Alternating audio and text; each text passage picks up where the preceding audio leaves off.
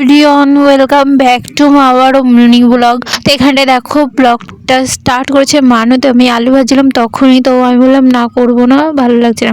তারপর মনে করলো তোমাদের রান্নার ভিডিও দিয়ে একটু চলো। তো এখানটায় দেখো জিরের গুঁড়ো, গিয়ে লঙ্কার গুঁড়ো, চিকেন মশলা, গরম মশলা, নুন, হলুদ, তারপরে হচ্ছে গিয়ে এখানটায় সর্ষের তেল দিয়ে করবো আজকে চাউমিন। তোমরা বুঝতে পেরেছো। আর চাউমিনটা আমি সিদ্ধ করে রেখেছি নুন, তেল, সর্ষের তেল আর হচ্ছে জল দিয়ে। তো তারপরে ছেঁকে রেখে দিয়েছি ওখানটায়। আর তারপরে ওখানটা হচ্ছে কি আলু ভেজে রেখেছি, দেখতেই পেয়েছো। ফার্স্টে আলু ভাজছিলাম, তো নুন হলুদ দিয়ে আর লঙ্কা কুচি দিয়ে তো ভেজে রেখেছি বাবার জন্য, নিরামিষ করবো তার জন্য। আবার নিরামিষ হচ্ছে চাউমিনটা করা হয়েছে। তারপরে তো মনে পড়লো যে না তোমাদের সাথে একটু শেয়ার করি, তো তার জন্য আর কি। তো চলো, তারপর ফার্স্টে গরম করে নিলাম কড়াইটা।